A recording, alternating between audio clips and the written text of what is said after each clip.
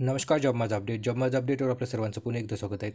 तर बीड जिल्हा पोलीस पाटील भरती विशेषमध्ये बघा विद्यार्थी मित्रांनो, आज आपण याच्या आधी जी की पोलीस पाटील भरतीची जी की सराव प्रश्नपत्रिका बघितली आपण, तर त्याचा भाग 2 आपण इथे बघणार आहोत. याच्या आधी आपण सराव प्रश्नपत्रिकेमध्ये 50 प्रश्न बघितले होते याच्या आधीच्या व्हिडिओमध्ये. तर आज आपण इथे याच्या पुढील जे 30 प्रश्न आहेत ते इथे बघणार आहोत, ज्यामध्ये 10 प्रश्न हे जिल्हा विशेषवर असतील, तर 20 प्रश्न हे गणित आणि बुद्धिमत्ता या विषयावर असतील. तर चला तर मग व्हिडिओला सुरुवात करू. आणि जर तुम्ही चॅनलवर जर नवीन असाल तर चॅनलला अवश्य सबस्क्राईब करायचं आहे. तर बघा, आपला पहिला प्रश्न आहे, बीड शहरातून कोणती नदी वाहते? बीड शहरामधून कोणती नदी वाहते? तर बघा, याचं बरोबर उत्तर काय असणार आहे? तर ऑप्शन क्रमांक 2 म्हणजेच बिंदुसरा. बिंदुसरा नदी जी आहे ही बीड शहरातून वाहते. त्यानंतर बघा प्रश्न क्रमांक 52, दक्षिण काशी म्हणून ओळखले जाणारे मंजरथ हे जे गाव आहे हे कोणत्या तालुक्यात आहे? दक्षिण काशी म्हणून ओळखले जाणारे मंजरथ नावाचे हे जे गाव आहे हे कोणत्या तालुक्यामध्ये येते? बीड जिल्ह्यामध्ये. तर याचं बरोबर उत्तर असणार आहे ऑप्शन क्रमांक 2 माजलगाव. तर माजलगाव तालुक्यामध्ये दक्षिण काशी म्हणून ओळखले जाणारे मंजरथ हे जे गाव आहे हे माजलगाव तालुक्यामध्ये येते. त्यानंतर बघा प्रश्न क्रमांक 53, बीड जिल्ह्याच्या पूर्वेला कोणत्या जिल्ह्याची सीमा लागलेली आहे? बीड जिल्ह्याच्या पूर्वेला कोणत्या जिल्ह्याची सीमा लागलेली आहे? तर बघा, याचं बरोबर उत्तर असणार आहे ऑप्शन क्रमांक 2 परभणी. तर बघा विद्यार्थी मित्रांनो, बीड जिल्ह्याची जे की पोलीस पाटील भरतीची जी परीक्षा होणार आहेत ते आपली 22 फेब्रुवारी रोजी होणार आहेत. तर त्यासाठी आणखी काही प्रॅक्टिस पेपर आपल्या चॅनलवर उपलब्ध करून दिले जाणार आहेत. तर त्यामुळे तुम्ही चॅनलला अवश्य सबस्क्राईब करायचं आहे. चला तर मग आपण प्रश्न क्रमांक 54 बघू. प्रश्न क्रमांक 54 आहे, बीड जिल्ह्याच्या पश्चिमेला कोणत्या जिल्ह्याची सीमा लागून आहे? तर बघा, बीड जिल्ह्याच्या पश्चिम दिशेला कोणत्या जिल्ह्याची सीमा लागून आहे? तर याचं बरोबर उत्तर असणार आहे ऑप्शन क्रमांक 3 म्हणजेच अहिल्यानगर. तर अहिल्यानगर जिल्ह्याची सीमा लागलेली आहे. तर बघा विद्यार्थी मित्रांनो, याच्या आधी आपण 25 जे काही जिल्हा विशेषचे प्रश्न आहेत ते घेतलेले होते. तो व्हिडिओसुद्धा तुम्हाला जाऊन बघायचा आहे, कारण परीक्षेमध्ये 10 प्रश्न हे जिल्हा विशेषवर येणार आहेत. तर त्यासाठी तुम्हाला ते प्रश्न अत्यंत आवश्यक असतील. तेथे आपण 25 जिल्हा विशेषवर प्रश्न घेतलेले आहेत आणि आज इथे पुन्हा 10 प्रश्न जे आहेत जिल्हा विशेषवर घेतलेले आहेत. म्हणजेच तुमची जवळपास आता 35 प्रश्नाची जी आहे ते तयारी होऊन जाईल. आणखी पुढील भागामध्ये आपण आणखी जिल्हा विशेषचे काही प्रश्न बघूच. म्हणजेच तुम्हाला जिल्हा विशेषमध्ये पुरेपैकी पुरे मार्क मिळायला हरकत नाही. तर चला तर मग प्रश्न क्रमांक 55 बघू. प्रश्न क्रमांक 55 आहे, बीड जिल्ह्याच्या दक्षिण दिशेला कोणत्या जिल्ह्याच्या सीमा लागलेली आहे? बीड जिल्ह्याच्या दक्षिण दिशेला कोणत्या जिल्ह्याच्या सीमा लागलेली आहे? बघा, इथे ऑप्शन आहे ए लातूर, एक लातूर, ऑप्शन क्रमांक 2 धाराशिव, 3 जालना आणि 4 नंबर आहे 1 व 2 दोनही, म्हणजेच वरील लातूर आणि धाराशिव दोनही. तर बघा, याचं बरोबर उत्तर असणार आहे आपलं ऑप्शन क्रमांक 4च, म्हणजेच लातूर आणि धाराशिव या दोन्ही जिल्ह्याच्या सीमा ज्या आहेत ते बीड जिल्ह्याच्या दक्षिण दिशेला लागल्या आहेत. म्हणजे बीड जिल्ह्याच्या दक्षिणेला लातूर आणि धाराशिव या जिल्ह्याच्या सीमा लाभलेल्या आहेत. त्यानंतर बघा प्रश्न क्रमांक 56, बीड जिल्ह्याच्या उत्तरेस कोणत्या जिल्ह्याच्या सीमा लागलेल्या आहे? तर बघा, याचं बरोबर उत्तर काय असणार? तर ऑप्शन क्रमांक 4 असणार आहेत, म्हणजे 1 आणि 2, म्हणजे छत्रपती संभाजीनगर व जालना. त्यानंतर बघा प्रश्न क्रमांक 57, बीड जिल्ह्याला किती जिल्ह्याच्या सीमा लागलेल्या आहेत? तर बघा, याचं बरोबर उत्तर असणार आहेत ऑप्शन क्रमांक 2 म्हणजे 6. त्यानंतर बघा प्रश्न क्रमांक 58, बीड जिल्ह्यात एकूण किती विधानसभा मतदारसंघ आहेत? तर बघा, याचं बरोबर उत्तर काय असणार? तर ऑप्शन क्रमांक 2 म्हणजे 6च. त्यानंतर बघा प्रश्न क्रमांक 59, बीड जिल्ह्यात एकूण किती ग्रामपंचायत कार्यालय आहेत? बघा, प्रश्न क्रमांक 59 आहेत, बीड जिल्ह्यात एकूण किती ग्रामपंचायत कार्यालय आहेत?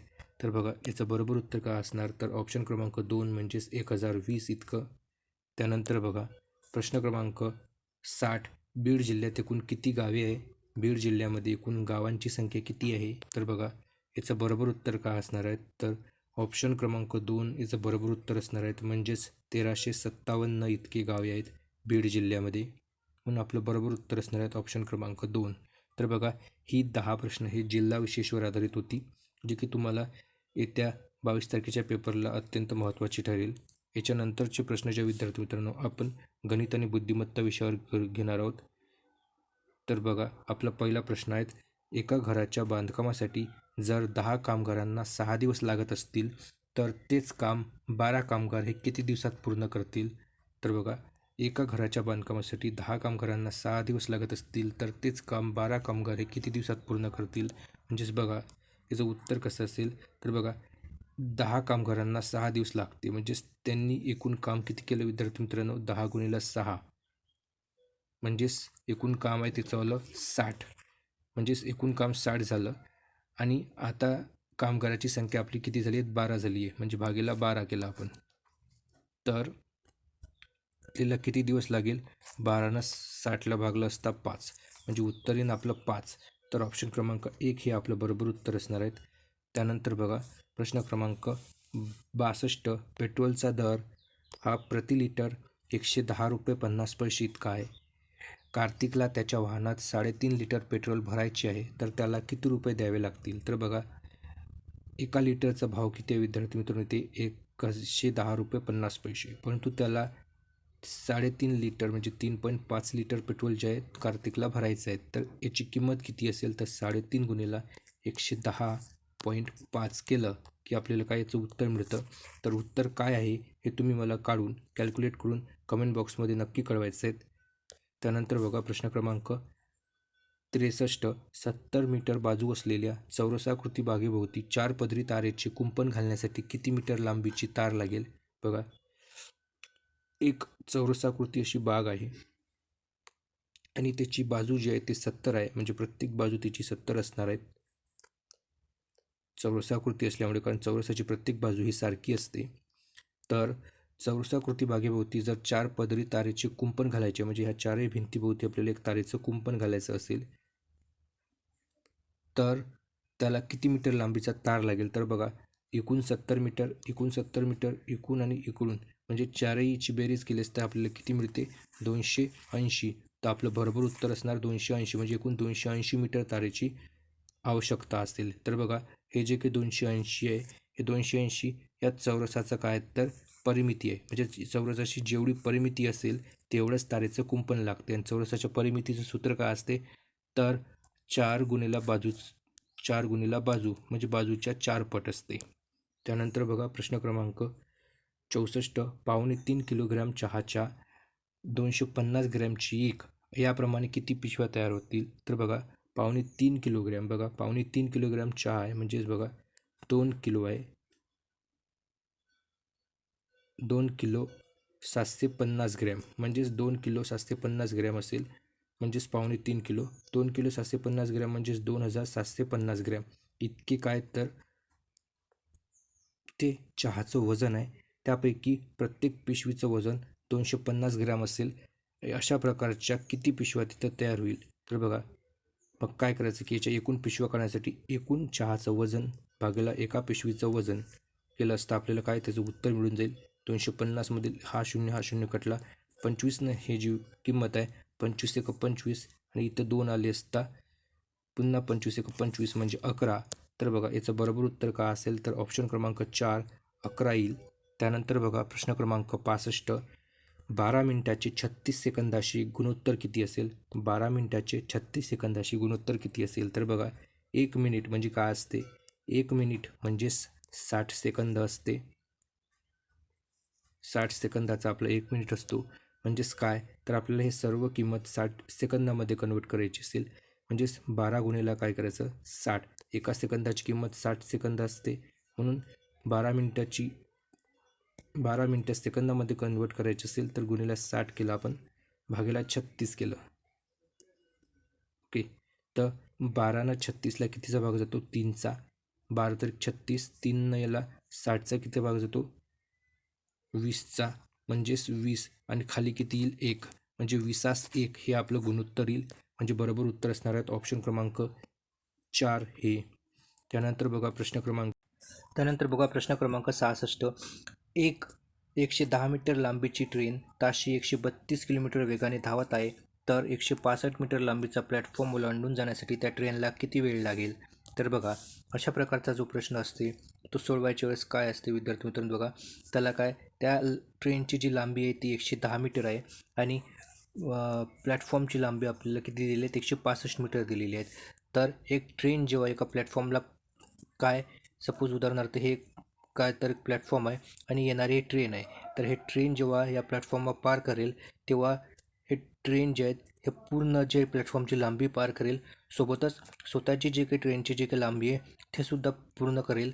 म्हणजेच काय, तर ट्रेनची लांबी प्लस या प्लॅटफॉर्मची लांबी अशी एकूण लांबी तो काय विद्यार्थी मित्रांनो कवर करेल. म्हणजेच त्याला एकूण लांबी किती असेल, 110 अधिक 165 म्हणजेच टोटल 275 मीटर लांबी त्याला पूर्ण करावी लागेल, तेव्हा तो एक प्लॅटफॉर्म पार करेल. आणि त्याचा वेग किती दिला आहे विद्यार्थी मित्रांनो, 132 मीटर दिलेला आहे. आपल्याला काढायचं काय, वेळ काढायचा आहे, तर भागेला टी करायचं गुणिला 18/5 अशा प्रकारचा जो प्रश्न असतो त्याच्यासाठी हा एक डायरेक्ट फॉर्म्युला विद्यार्थी मित्रांनो, ज्यामध्ये एकूण लांबी भागेला वेळ असते गुणिला 18/5 करायचं आणि याच्या इक्वलमध्ये एकूण त्याची जी वेग आहे एकूण त्याचावाला तो वेग घ्यायचा 132, जो वेग किलोमीटर प्रति घंटामध्ये दिला आहे म्हणजे पर आवरमध्ये. तर यामध्येच तो वेग जो इथं आपल्याला घ्यायचा असते. जर इथं प्लॅटफॉर्मच्या ऐवजी जर दुसरी ट्रेन असती जे ती सुद्धा वेगामध्ये म्हणजेच ती एकतर विरुद्ध दिशेने येणारी असेल किंवा त्याच दिशेने जाणारी असेल, तर तेव्हासुद्धा आपण इथे काय तर त्यांचा वेगच घेतला असता. परंतु तेथे जर त्या दोन ट्रेन विरुद्ध दिशेच्या असत्या तर वेगाची बेरीज होते आणि जर सारख्याच डायरेक्शनमध्ये जात असेल तर वेगाची वजाबाकी होते. परंतु इथं प्लॅटफॉर्मची कोणताच वेग नसतो, म्हणून फक्त आपण ट्रेनचाच वेग घेतलेला आहे इथे. त्यानंतर बघा विद्यार्थी मित्रांनो, इथं आपण 5ने 275ला आपण भाग दिला असता. बघा 5 5 25 येते, 2 येते हातचे आणि पुन्हा 5 5 25 म्हणजेच भाग दिला असता 55 मिळते आपल्याला. 18 जेव्हा येते 132ला आपला भाग द्यायचा असेल तर बघा 18ने 132ला पूर्ण भाग जात नाही, परंतु 18ला 6ने भाग जातो. 6ने 18ला 3ने भाग जाईल आणि 6ने पुन्हा इथे 132ला भाग द्यायचा. 6ने पुन्हा 132चा भाग दिला असल्या 6 1 दोन्ही 12, हातचा 1 उरतो, हा 2 म्हणजे 6 दोन्ही 12 पुन्हा 22. तर मग पुन्हा काय होईल विद्यार्थी मित्रांनो, हा जो टी आहे हा टी तिकडे ट्रान्सफर केला असता आपल्याला 55 गुणिला 3 भागेला 22 मिळेल, ज्याला आपण 11ने भाग दिला असता. 11 दोन्ही 22, 11 पाची काय असते 55 असते. 5 गुणिला 3 15 भागेला 2 म्हणजेच 7.5. तर उत्तर येईल आपलं 7.5 सेकंद, म्हणजे ऑप्शन क्रमांक 1 हे आपलं बरोबर उत्तर मिळेल. त्यानंतर बघा प्रश्न क्रमांक 67, एका व्यवहारामध्ये 7,200 रुपये नफा अनुक्रमे अनुज, बबन, किसन यांना अनुक्रमे या प्रमाणात वाटल्यास बबनचा वाटा किती असेल. म्हणजेच बघा या तिघांना 7,200 रुपयाचा नफा झालेला आहे आणि त्यांना 2, 3 आणि 4 या प्रमाणामध्ये काय तर ते नफा वाटलेला आहे. म्हणजेच अनुजला 2 भाग मिळेल, बबनला 3 मिळेल आणि किसनला 4 भाग मिळेल. तर आपल्याला बबनचा वाटा इथे काढायचा आहे. तर बघा एकूण वाटा किती आहे त्यांचावाला, 2 आणि 3 5, 5 आणि 4 9, म्हणजे एकूण वाटा आहे तिघांचा मिळून 9 आणि याची एकूण किंमत किती आहे 7,200 रुपये इतका नफा झाला आहे. तर मग काय करायचं की हिचा एका युनिटची किंमत काढण्यासाठी याला आपण 9ने भागायचं, म्हणजे 9ने भागलं असता किती 8चा भाग जाईल, म्हणजेच एका युनिटची किंमत किती आपल्याला इथे 800 येईल. याला किती युनिट भेटलेले आहे, बबनला 2 युनिट, म्हणजे 8च्या डबल किती होईल 16 होईल. सॉरी, बबनला 2 नाही 3 युनिट भेटले आहेत. बघा तिसरा आहेत ना 3 भेटले, म्हणजे 8 24 येईल, म्हणजेच उत्तर काय येईल 2400 रुपये. म्हणजेच बबनला किती वाटा मिळेल त्याच्यामध्ये 2400 भेटेल. तर याच्यातनी बरोबर उत्तर असणार आपलं ऑप्शन क्रमांक 1 2400 रुपये. त्यानंतर बघा प्रश्न क्रमांक 68, एका संख्येला 12ने भागल्यास बाकी 7 उरते आणि 15ने भागल्यास बाकी 10 उरते, तर ती संख्या कोणती. तर बघा विद्यार्थी मित्रांनो, इथे काय करायचं, सर्वप्रथम अशा प्रकारला चारही जो ऑप्शन आहे चारही ऑप्शनला चेक करायचं तुम्ही. 12ने भागून बघायचं 7 उरते का बघायचं. 67ला 12ने भागलं असता 7 उरते आणि 15ने भागलेला तर इथे 15 चोक 60 तर 7च उरते, म्हणजे हे येणार नाही. पुन्हा मग 70ला तसंच भागून पाहायचं. अशा प्रकारे तुम्हाला उत्तर मिळून जाईल, कारण अशाच प्रकारचे सोपे प्रश्नच विचारले जातात आपल्याला पोलीस पाटील भरतीमध्ये.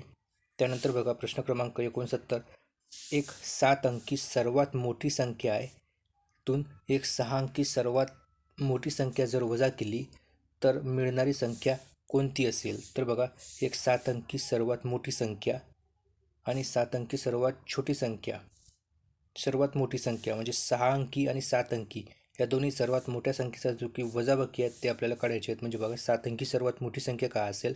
तर बघा, आपली 9 9 9 9 हे 7 वेळा लिहिले असता हीच सर्वात मोठी 7 अंकी संख्या असते.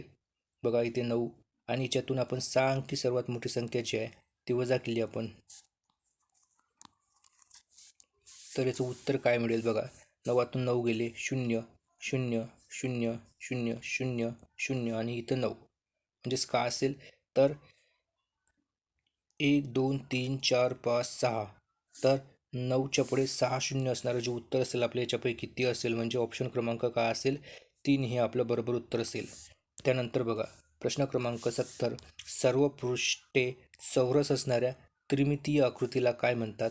सर्व पृष्ठे चौरस असणाऱ्या त्रिमितीय आकृती, त्रिमिती म्हणजे 3 मिती असते, ज्यामध्ये त्यामध्ये लांबी असते, रुंदी असते आणि उंची असते, त्यालाच आपण काय म्हणतो? त्रिमितीय आकृती म्हणतो, की त्यालाच आपण 3 डायमेन्शन म्हणजे 3D डायग्राम म्हणतो. तर सर्व पृष्ठ चौरस असणाऱ्या 3D डायग्रामला काय म्हणतात? तर बघा, याचं बरोबर उत्तर असणार आहे ऑप्शन क्रमांक 1 म्हणजेच घन असणार, ती घन म्हणतो आपण त्याला. त्यानंतर बघा, प्रश्न क्रमांक 71, तर बघा विद्यार्थी मित्रांनो, इथून पुढे 10 प्रश्न हे बुद्धिमत्तेवर आधारित असणार आहेत. तर बघा, आपला पहिला प्रश्न असा आहे, इथे एक सिरीज दिलेली आहे अक्षरमालिका. या अक्षरमालिकेमधील आपल्याला हे जे पद आहे हे गायब झालेलं पद आपल्याला शोधायचं आहे. तर बघा, यामध्ये या सिरीजमध्ये बघा विद्यार्थी मित्रांनो, एक कोणता ना कोणता पॅटर्न फॉलो करत असते आणि त्या पॅटर्ननुसारच नंतरचं पद येते. तर बघा, इथे आपण पहिलं पद बघा, इथे काय जी आहे, जीच्या नंतर इथं दुसऱ्या पदामध्ये इथं पहिलं पद आहे आय, के आणि यम. तर बघा, जीच्या नंतर जो आय आहे विद्यार्थी मित्रांनो, तो बघा जी आणि आयच्या मध्ये बघा एक संख्येचा फरक येते. जीच्या नंतर येतो एच आणि एचच्या नंतर येतो आय, पुन्हा आयच्या नंतर येतो जे, नंतर येतो के, म्हणजेच एक अक्षराचा याच्यामध्ये काय तर फरक येतो. म्हणजे यमच्या नंतर काय असेल? यन असेल आणि यनच्या नंतर ओ, म्हणजे एक अक्षराचा फरक केला असता आपण इथे ओ येते. म्हणजे याच्यामध्ये जे ओ असणारं ऑप्शन असेल ते आपलं उत्तर असेल, म्हणजे ऑप्शन क्रमांक 2 हे बरोबर उत्तर असेल. त्यानंतर बघा, जर इथे 2 ऑप्शन ओची असती तर पुन्हा मग आपण हा जो सेकंड लेटर आहे या सेकंड लेटरची सिरीज बघितली असती आणि ह्या सेकंड लेटरच्या सिरीजनुसार मग आपण उत्तर निघालं असतं आपलं. त्यानंतर बघा, प्रश्न क्रमांक तर 5 बरोबर 36 दिलेले आहे, म्हणजे 5 बरोबर 36, तर 12 बरोबर किती असणार? तर बघा, इथे 5 सोबत 36चं जे रिलेशन आहे विद्यार्थी मित्रांनो, तेच रिलेशन 12 सोबत येणाऱ्या समोरच्या संख्येशी असते. म्हणजेच बघा, 5 नंतर हे 36 कशा प्रकारे झालं? तर बघा, इथं जर आपण 5मध्ये बघा इथं काय करू शकतो? तर 5मध्ये जर आपण 1 ॲड केला आपण आणि म्हणजे 6 प्राप्त होईल आणि त्याचा वर्ग केला तर आपल्याला किती मिळते मित्रांनो? 36 मिळते. मग याच लॉजिकप्रमाणे जर आपण इथे 12मध्ये जर 1 ॲड केला आणि मग किती होईल? 13 होईल. तर 13चा वर्ग केला असता आपल्याला किती मिळते? 169. तर उत्तर आहे का ते पहिल्यांदा बघायचं. हां, आहे, म्हणजेच हे लॉजिक आपलं बरोबर आहे, म्हणजेच 169 हे आपलं बरोबर उत्तर असणार. त्याच्यानुसार इथे हे जर लॉजिक बसत नसेल तर दुसऱ्या लॉजिकनुसार सुद्धा तुम्ही प्रश्न काय विद्यार्थी मित्रांनो सॉल्व करू शकता. जर इथं 169 उत्तर नसतं तर मग आपल्याला पुन्हा दुसरं एक लॉजिक आपल्याला काय शोधायला लागलं असतं. त्यानंतर बघा, प्रश्न क्रमांक 73, शब्दकोशामध्ये म्हणजे जी डिक्शनरी असते आपली, खालीलपैकी कोणता शब्द हा शेवटी येईल? म्हणजेच डिक्शनरीप्रमाणे खालीलपैकी कोणता शब्द हा शेवटी येईल? म्हणजेच बघा, डिक्शनरीप्रमाणे म्हणजेच अल्फाबेटिकल ऑर्डरप्रमाणे आपल्याला काय तर ह्या शब्दाची मांडणी करायची असते. म्हणजेच ए पासून तर झेडपर्यंत पहिल्यांदा एवाला शब्द येईल, नंतर बीवाला, सीवाला असा. तर या प्रकारे मांडणी केली असते. यामध्ये शेवटचा शब्द कोणता येईल? तर बघा, याचं उत्तर तुम्हाला मला सांगायचं आहे, कारण अल्फाबेटिकल ऑर्डर तुम्हाला कसा काढायचा असते किंवा कसा लावायचा असते आपल्याला माहीतच आहेत. तर याचं उत्तर तुम्ही मला कमेंट बॉक्समध्ये नक्की कळवायचं आहे. त्यानंतरचा प्रश्न आपण बघू आता. प्रश्न क्रमांक 74 आहे, मालिका पूर्ण करा. बघा, इथे एक अक्षर मालिका दिलेली आहेत आणि ह्या अक्षर मालिकेमध्ये आपल्याला मधातील एक पद जे विद्यार्थी मित्रांनो काय तर गायब दिलेलं आहे. तर बघा, येथे प्रथम काय करायचं आपण, याच्यातील जे काही प्रत्येक पदामधील पहिलं जे लेटर आहेत त्याचा आपण संबंध शोधायचा. बघा, एच्या नंतर सी आला, सीच्या नंतर ई आला, म्हणजे प्रत्येक वेळेस एक लेटर जे आहे ह्याच्यामध्ये गॅप दिला आहे. म्हणजे ईच्या नंतर एफ आणि एफच्या नंतर का असते, एफच्या नंतर जी, म्हणजेच एक सोडून लेटर जी, म्हणजेच जी हे तर फर्स्ट लेटर असणार. याच्यामध्ये आपलं ऑप्शन असणार ते आपलं बरोबर उत्तर असणार. तर बघा, इथे पहिल्या ऑप्शनमध्ये जी आहे का, नाही. दुसऱ्या याच्यात जी आहे ते हे उत्तर असू शकते. तिसऱ्या याच्यात जी नाही, चौथ्यातही जी नाही, म्हणजे आपलं उत्तर हेच होईल. मग पुढील क्रिया करायची काही गरज नाही. परंतु जर दोन ऑप्शन जीचे दिले असेल तर नेक्स्ट लेटर पुन्हा चेक करायचं. त्यानंतर बघा प्रश्न क्रमांक 75. एका सांकेतिक भाषेत जर आपण संडेला अशा प्रकारे लिहिलं तर त्याच सांकेतिक भाषेत आपण मंडेला कशा प्रकारे लिहू शकतो. तर बघा, संडे जे आहेत अशा प्रकारे, म्हणजे बघा संडेमध्ये NUSYAD लिहिलं, म्हणजेच बघा इथं काय केलं यांनी, हा जो काही पहिले जे काही 3 लेटर आहे याचा उलट क्रमांक लिहिला आणि पुन्हा शेवटचे 3 जे आहे ह्याचा उलट क्रमांक लिहिला. त्याचप्रकारे याचं उत्तरसुद्धा आपलं पहिले जे 3 लेटर आहे, जसं की MON आहे, त्याचं उलट क्रमांक NOM आणि डेचा उलट क्रमांक YAD, म्हणजेच NOMYAD हे आपलं बरोबर उत्तर असेल. तर ऑप्शन क्रमांक 4 हे आपल्याला बरोबर उत्तर असेल मग याप्रमाणे. त्यानंतर बघा प्रश्न क्रमांक 76. हे सर्व अंक वापरून मोठ्यात मोठी 5 अंकी संख्या तयार कोणती होईल. तर बघा, या अंकांचा वापर करून मोठ्यात मोठी 5 अंकी संख्या आपल्याला इथे तयार करायची आहेत. तर बघा, याच्यामध्ये आपल्याला किती लेटर दिलेले आहेत, 1 2 3 4 लेटर आपल्याला इथे दिलेले आहेत. तर 4 अंक दिलेले आहेत. या 4 अंकापैकी आपल्याला मोठ्यात मोठी 4 अंकी संख्या, 5 अंकी संख्या आपल्याला इथं तयार करायची आहे. तर बघा, इथे काय होईल, 66 64 66. तर बघा 64 तर असणारच नाही. त्यानंतर बघा 66 नंतर इथे 241 आहे, 412 आहे, म्हणजे हे सुद्धा असणार नाही मोठ्यात मोठी. मग उरले 2 ऑप्शन, 412 आणि 421, म्हणजे ही संख्या आपली काय तर सर्वात मोठी असेल. त्यानंतर बघा प्रश्न क्रमांक 77. इथे एक अक्षर मालिका दिली आहेत. बघा इथे यामध्ये काय सांगितलं आहे की वरील अक्षर मालिकेमध्ये किती वेळा न अक्षराच्या लगत य हे अक्षर येत आहे. म्हणजेच न हे अक्षर आहे, न अक्षराच्या लगत म्हणजेच लगेच लागून, म्हणजेच पुढे किंवा मागे कुठेही पण नच्या लगत य आला पाहिजे. तो मागं असू शकतो किंवा पुढं असू शकतो. असे न किती आहे त्याच्यामध्ये. बघा, नच्या लगत य आहे का, नाही. इथं य आहे पण इथं न नाही आहे. बघा इथे य सोबत न लागून आहे, म्हणजे एक हे अक्षर झालं. त्यानंतर हे 2 झाले. त्यानंतर बघा, न ला लागून य आहे का, नाही आहे. इथं पण नाही आहे, कारण नळाचा न पाहिजे, इथं नाही आहे. म्हणजे किती असेल तर इथे तुम्ही बघू शकता, नच्या नंतर बघा इथं हा 1 झाला, त्यानंतर हा 2 झाला. तर 2 अक्षर असे आहेत, म्हणून बरोबर उत्तर असणार ऑप्शन क्रमांक 2. म्हणजेच 2 अक्षर जे आहेत इथं 2 न जे आहेत ते य ला लागून आहेत. त्यानंतर बघा प्रश्न क्रमांक 78. गटात न बसणारे पद ओळखा. गटात न बसणारे पद ओळखा. तर बघा इथे 4 ऑप्शन दिलेले आहेत. यापैकी आपल्याला बरोबर उत्तर येत नाही. बघा, गटात न बसणारं पद आपल्याला इथे ओळखायचं आहे. तर याच्यापैकी आपलं बरोबर उत्तर का असणार, तर ऑप्शन क्रमांक 2 असणार पोट. कारण इतर जे काही 3 जे भाग आहे ते आपले ज्ञानेंद्रिय आहे, जसे की कान, नाक व डोळे, परंतु पोट हे ज्ञानेंद्रिय नाही, म्हणून हा या गटातील वेगळा किंवा वेगळं पद आहेत.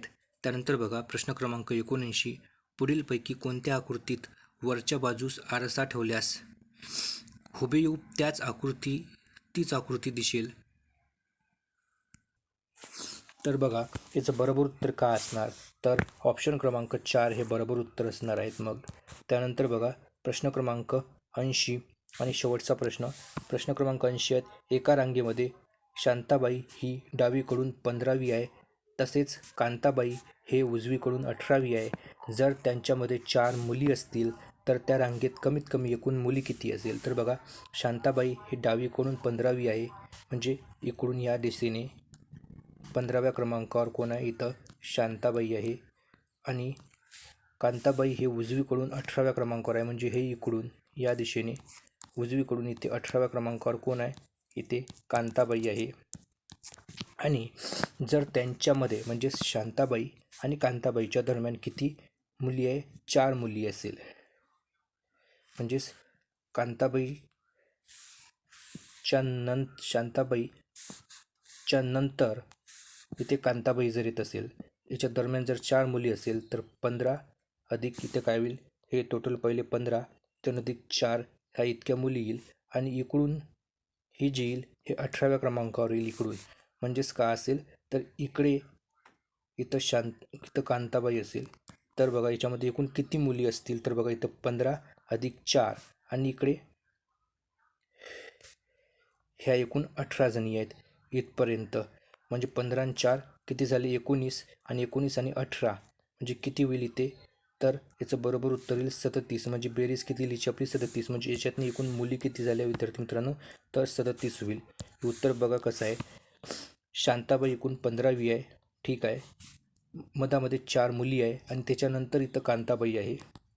आणि आणि कांताबाई एकूण किती आहे, तर 18व्या क्रमांकावर आहे. म्हणजेच काय झालं की एकूण ह्या 15 मुली, त्यानंतर ह्या 4 मुली आणि इकडे ह्या 4च्या नंतर ह्या 18 मुली इथपर्यंत. म्हणजे 15 आणि 4 19 आणि ह्या 18 अशा प्रकारे 37 होईल. पण बरोबर उत्तर आपलं 37 येईल. तर बघा विद्यार्थी मित्रांनो, अशाच प्रकारच्या अपडेट्ससाठी चॅनलला तुम्हाला अवश्य सबस्क्राईब करायचं आहेत. याच्या पुढील प्रश्नपत्रिका तुम्हाला लवकरच मिळून जाईल. तर त्यासाठी तुम्ही बेल आयकॉनवरती प्रेस करायचं आहे. धन्यवाद. जय हिंद, जय महाराष्ट्र.